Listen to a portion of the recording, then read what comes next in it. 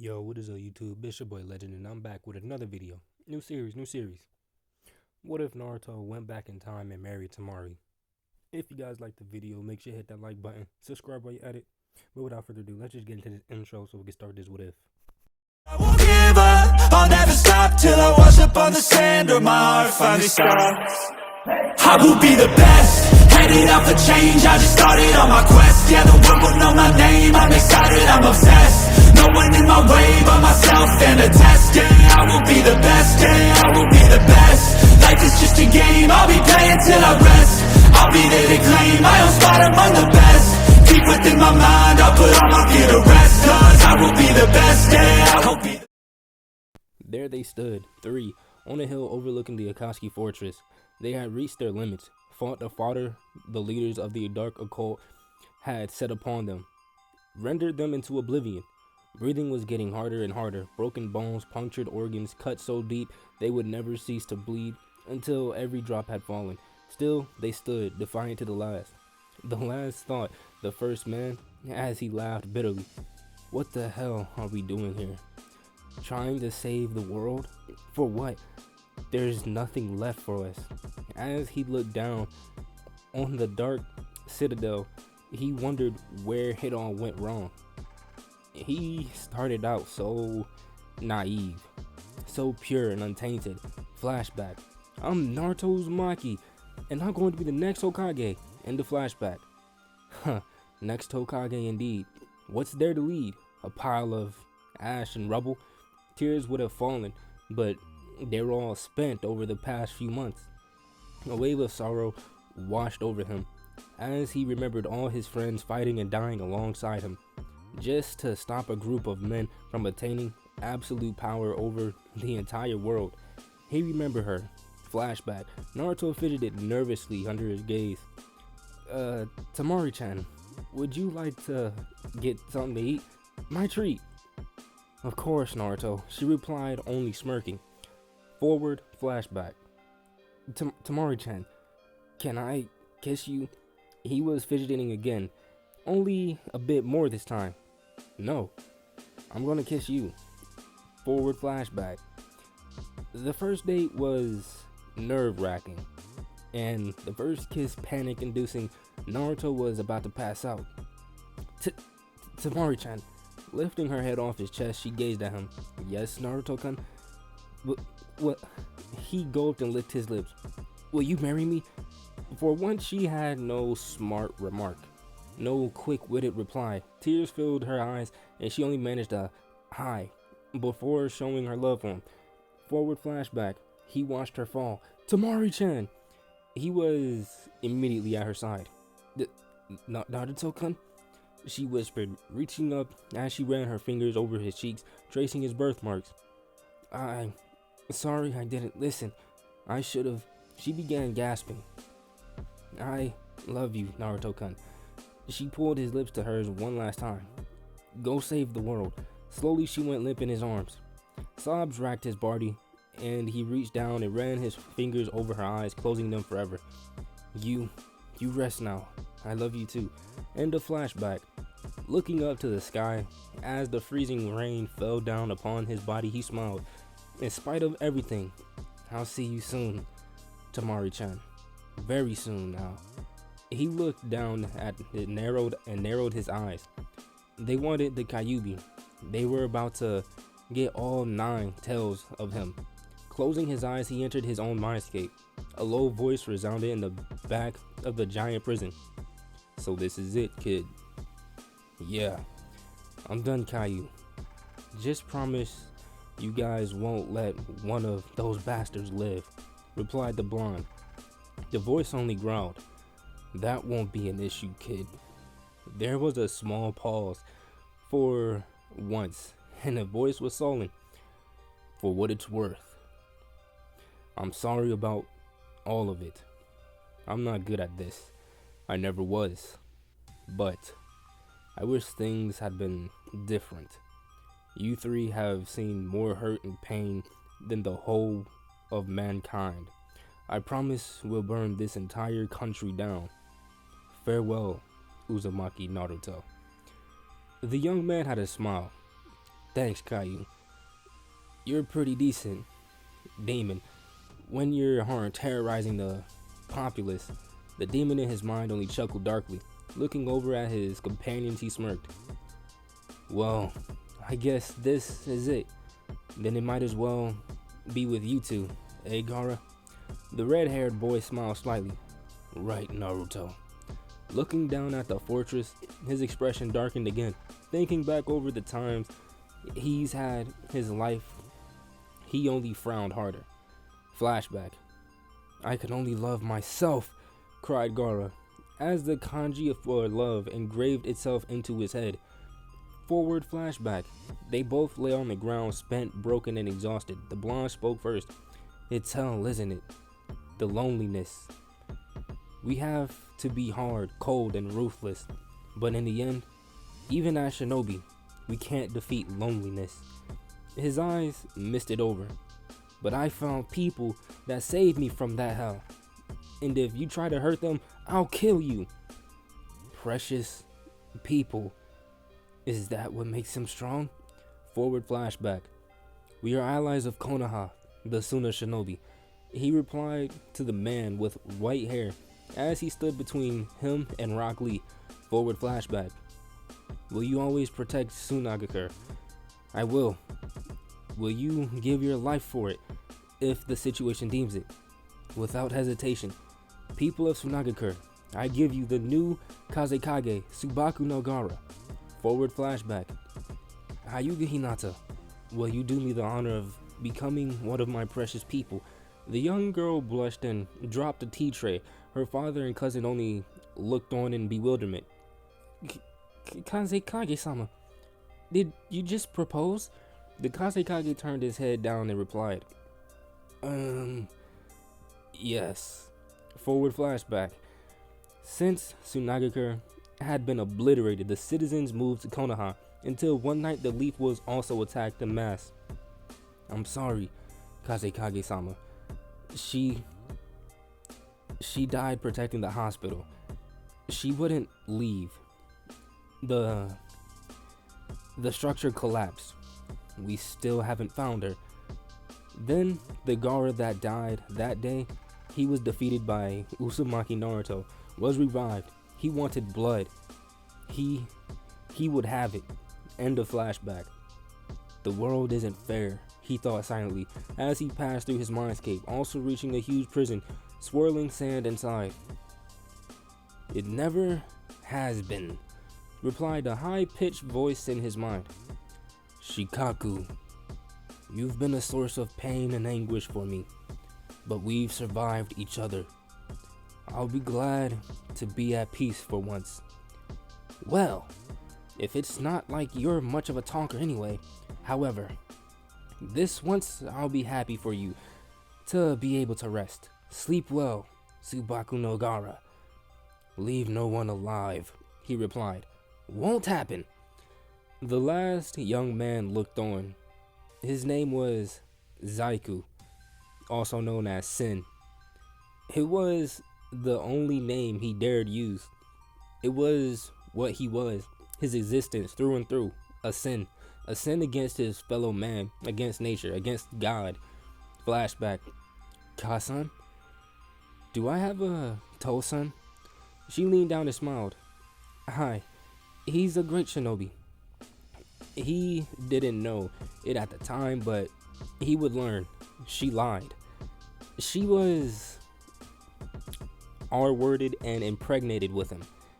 Sure, his father was powerful, but he was also a bastard traitor to his village, a cold existence bent on obtaining more and more power. One day, his father would show up. Forward flashback.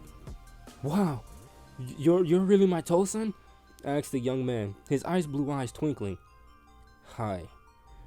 We should leave this place, the man replied. The boy hesitated. What about Ka-san? She'll meet us at my home. He had been lied to again. The man had killed her without hesitation. This was something else the young man would find out later in life. Another bitter lesson. Forward flashback. Who are you?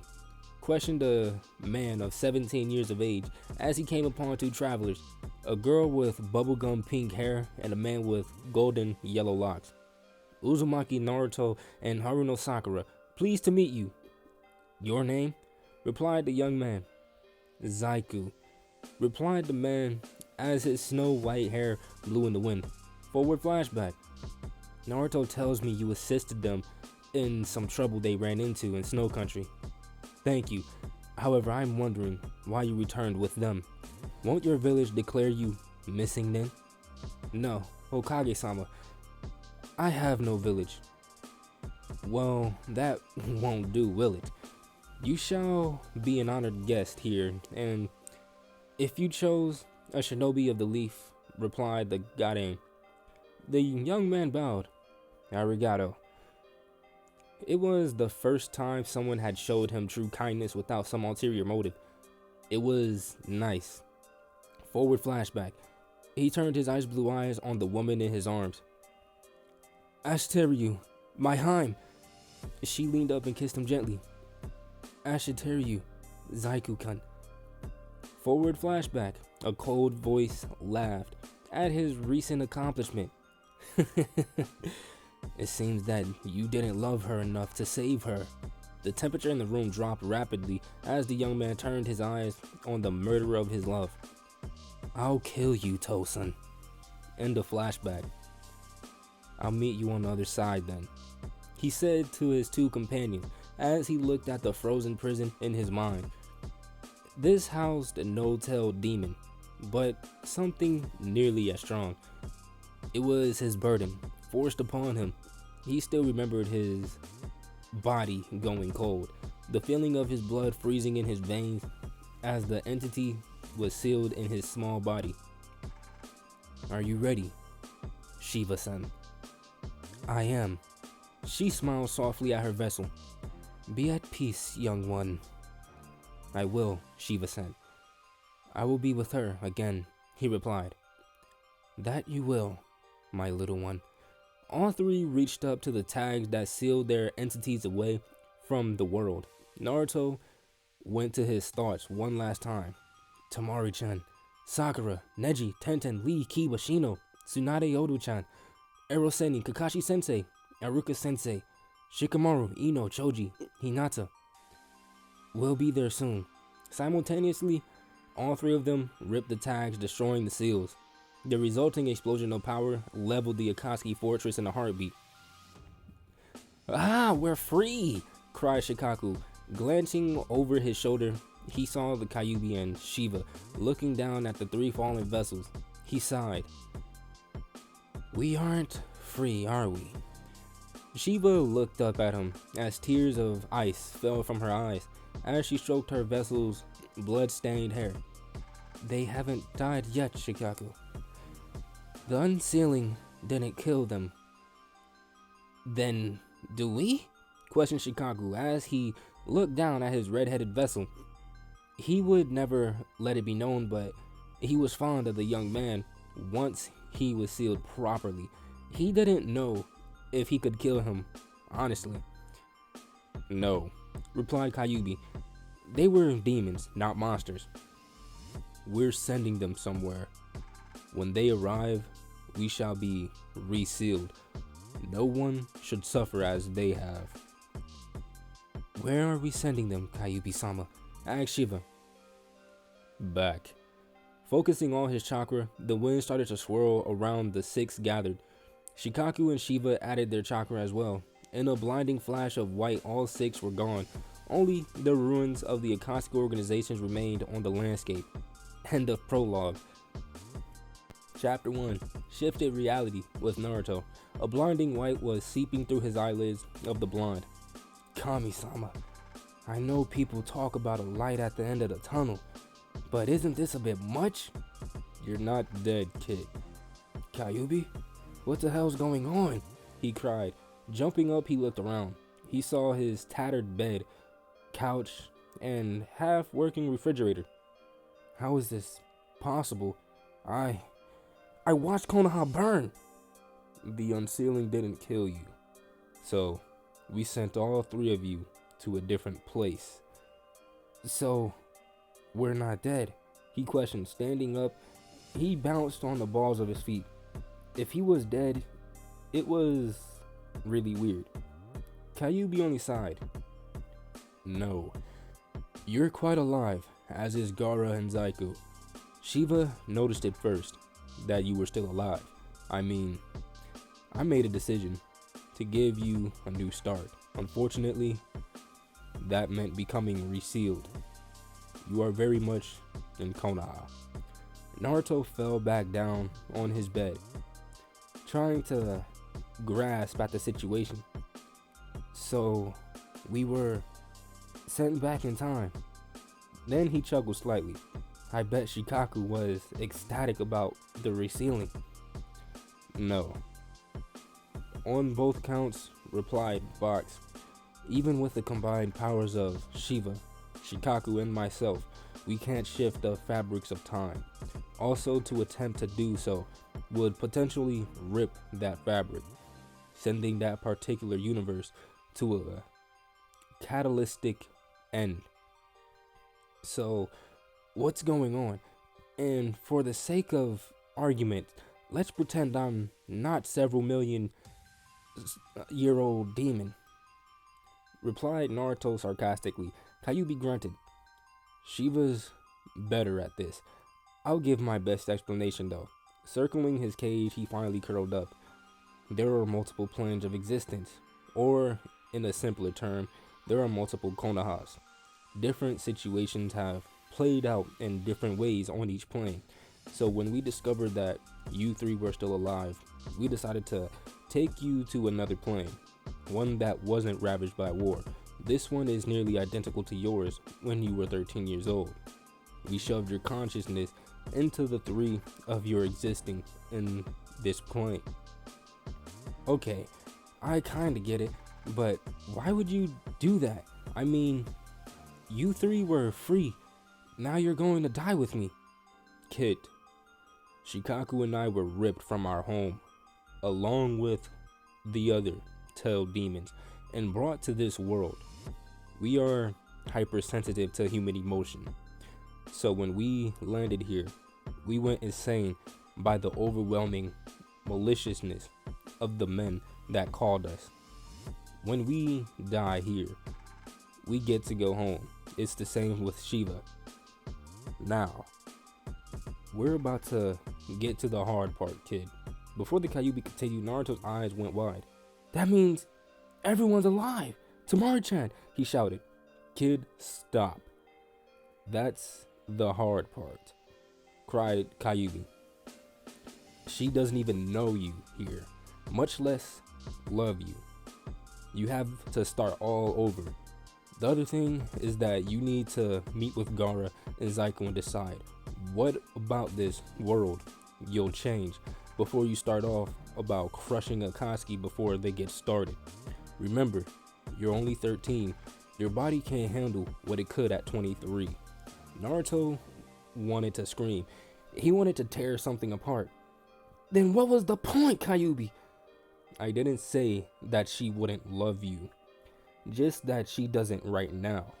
It might surprise you, but I asked Shiva this same question. The blonde snorted at the fox demon's thoughtfulness. And she said, love overcomes all obstacles. He replied simply. He relaxed slightly. I'm watched too much here to leave the village. They'd brand me a missing then and kill me before I even got out of the gate. And how do I find out when to meet Gaara and Zaiku? They will be here in 2 weeks. No one would dare question Gaara and Zaiku wanders already. Growling continued. I'm going to sleep, kid. Shifting planes is the most draining thing I've ever done. With Gaara. So, we are to meet Zaiku in a week, and then meet Naruto and Konoha in the following week? Yes, replied Shikaku. Why did you agree to this? Questioned the young man. I had my reasons. Maybe one day I'll tell you. Rest. We'll set out in the morning. I'm going to see Kankuro and Temari first. I've missed them. Then Gara looked out of the window. Shukaku. Arigato. Hmm, replied the one-tailed demon as he fell asleep. This isn't going to be easy at all. I know. Was Zaiku. Light poured into the small house in Snow Country. I don't know whether to thank you or scream at you, thought the young man. I know, my little one. My intentions were to make you happy, replied the Ice Queen. I am Shiva-san. It's just... I know where he is, what he's planning, but I don't have the capacity to kill. His thoughts were cut off. Panicking, he reached back for his weapons, yet felt nothing. What happened to it? He questioned. When I was released from the imprisonment, it was shifted back into my being. When we reached this plane, I was resealed, again ripping it from me. She replied. I'm sorry, Shiva-san. I know it was painful, he said somberly. You should rest. You sound exhausted. You're kind to me, little one. Yet, I am the source of so much pain for you. Why do you not despise me like Gara does Shikaku? You're not a demon, and you were forced just as much as I was. Besides, you're the voice of reason that stops many of my rash action. The young man laced his fingers behind his head. We'll meet Gara and Naruto and compose a course of action. Then we shall seek it once again. Will you continue to call yourself that horrid name? It's the only name I acknowledge. When I found out my name was the same as that bastard's, I abandoned it. Have you thought of another name for yourself? She pressed. Yes, and I'll use it when all of my sins are forgiven. He replied flatly. Go to sleep, Shiva-san. We have a long journey ahead of us. I hope you're right about love overcoming all obstacles. Truly, I do. It is very true, my little one. As the young man drifted to sleep, the elemental sighed. It will be difficult this time. Much more difficult. I hope you can endure. 1 week later, in Sunagakure, Zaiku groaned. Your country is too blasted hot, Gara. And yours is too cold, replied the red-headed boy, smirking. We should leave tonight. Not even I am resilient enough to endure this midday sun of the desert. Will they allow us in Konoha? Probably not. We have no official correspondence and our alliance is flimsy at best. Crossing his arms, Gara looked out over the dunes. We'll have to sneak into his apartment. Turning his gaze to his companion, he continued. I see you're missing your friend. It's complicated. After our meeting though, I'll collect it once again. Maybe this time around, you should get a weapon. Naruto flings around that monstrosity of a sword. Why not get something for yourself? Replied the white-haired teen. Quickly the sand began to swirl around Gara, concentrating on his hand, creating a simple tonfa. My sand is my only weapon. It can take any shape. If I see a situation where I need to use close combat weapons, I shall have one. Zaiku cocked an eyebrow. Tonfa. Don't you tire of being so defensive? Gara only shrugged his shoulder in reply. Both young men gazed over the dunes from the rooftop of the home. Zaiku broke the silence. Are you going to see her? No. It would be foolish. You shall meet soon enough. Certain things have to happen, remember? Replied Gara. Turning his ice blue eyes to the sky, Zaiku sighed. It's going to be maddening to be that close to them, isn't it? I bet Uzumaki is crawling up the walls to get here to see your sister, he chuckled. As the sun began to set, Gara stood. It's time to depart. We should make it there just in time. I assume Shiva is still sleeping? Yes. The shifting of planes and being resealed drained her. replied Zaiku. We'll have to tread softly. If a fight comes, we can't handle more than 20% of their power. These bodies are not conditioned properly. With no other things to be said, both young men departed. 1 week later, Naruto was currently pacing in his apartment, wearing down an already dilapidated rug.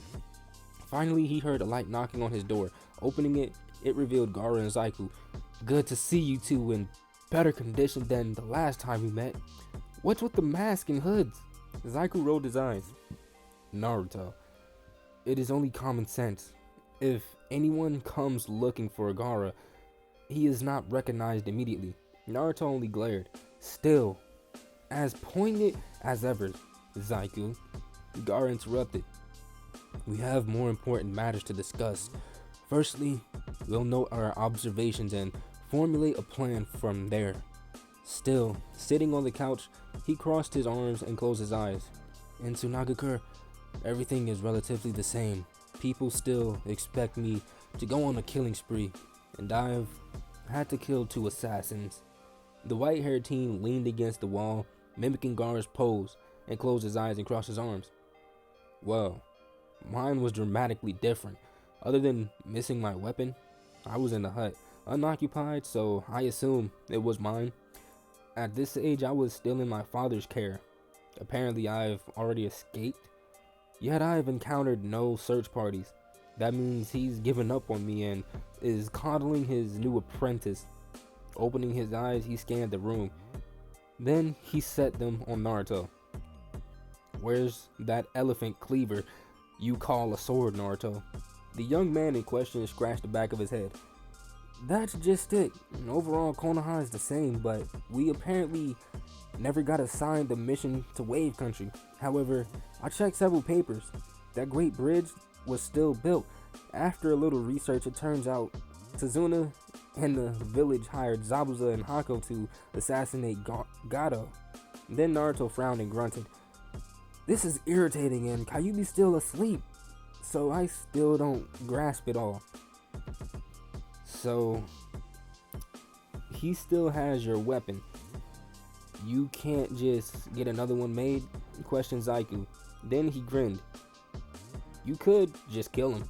Naruto narrowed his eyes. 1, he hasn't done anything wrong. As a matter of fact, he did the world a favor. 2, you can't just make Kubikiri Hubancho. Its craftsmanship and beyond compare. Lastly, isn't Gaara supposed to be the psychotic killing machine? He finished with a jerk of his head to the said boy's direction. You're both getting off topic, Gaara said, glaring between the two of them. We can't fight the Akatsuki because our bodies can't handle the required energy to fight those monsters. We can't continue training in our bodies because we can't push our limits. Finally, we have to decide when we'll make ourselves known to the shinobi world. It seems that certain things in this timeline have been pushed back. I agree. Given the current state of progress in this world, I'd say we have at least a couple of years before the Sound is ready to attack along with Suna. I don't even know what to expect from Akatsuki, added Zaiku. Naruto cut in. That's true. Also, without Suna having Gaara, they'll be required to quietly gather more shinobi with the current treaty. That'll take a large amount of time considered the stipulations. Scratching his head, he leaned back. 2 years sounds about right. We'll keep an eye on the bastards just in case though. The year we think they'll make their move, we'll enter the Chunin exams. Gaara smiled. You never cease to amaze me, Naruto. Suddenly there was a knock at the door and a voice called out, Naruto? Are you in there? Hesitantly the door creaked open. Gaara and Zaiku quickly pulled up their cloth masks and hoods.